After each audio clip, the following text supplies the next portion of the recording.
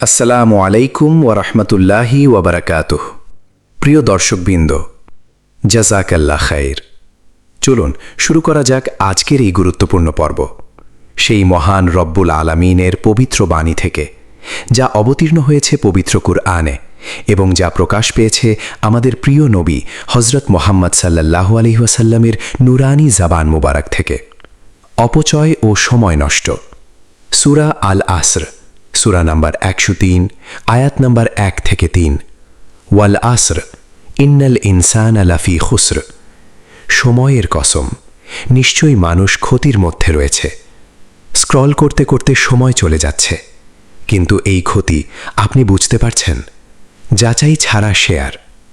সূরা আল হুজুরাত, সূরা number 49, আয়াত number 6। ফাতাবাইয়ানু, যাচাই করে নাও আপনি যা শেয়ার করছেন তা কি সত্য, একই শুধু ভাইরাল? চোখ ও হৃদয়ের হিসাব। সূরা আল ইসরা, সূরা নাম্বার 17, আয়াত নাম্বার 36। ইন্নাস সামআ ওয়াল বাসারা ওয়াল ফুআদা কুল্লু উলাইকা কানা আনহু মাসউলা। কান, চোখ ও হৃদয় সবকিছুর জন্য জিজ্ঞাসা করা হবে। স্ক্রিনে যা দেখছেন, কিয়ামতের দিন তার হিসাবও দিতে হবে। ডিজিটাল ফিতনা এরা, তুমি কাকে বেছে নিচ্ছ? একটা প্রশ্ন, তুমি ইবাদত করো কার জন্য, আল্লাহ নাকি মানুষের জন্য? তুমি বলো একটু ফোন দেখি, কিন্তু সেই একটু ঘন্টায় পরিণত হয়। আজান হয়, আল্লাহ ডাকেন, কিন্তু তুমি নোটিফিকেশন বেছে নাও। তুমি নামাজে দাঁড়াও, কিন্তু মন অনলাইনে।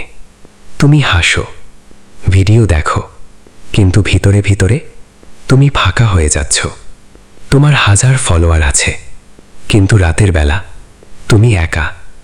একদিন ফোন থাকবে না, ইন্টারনেট থাকবে না, শুধু তুমি আর তোমার আমল। তখন তুমি বলবে, হে আল্লাহ, আর একটা সুযোগ। কিন্তু সুযোগ থাকবে না। কিন্তু এখনো সময় আছে, আল্লাহ এখনো অপেক্ষা করছেন। বলো, হে আল্লাহ, আমি ফিরে আসতে চাই।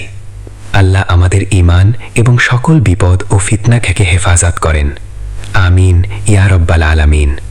প্রিয় দর্শকবৃন্দ, ডিজিটাল ফিতনা সম্পর্কে আরও বিস্তারিত জানতে আমাদের চ্যানেলের লং ভিডিওগুলো প্লেলিস্ট গিয়ে দেখুন। প্লেলিস্ট ডেসক্রিপশন বক্সে দেওয়া হয়েছে। ভালো থাকবেন, সুস্থ থাকবেন এবং সমস্ত মানব জাতির জন্য দোয়া করবেন, বিশেষ করে মুসলিম উম্মাহর জন্য।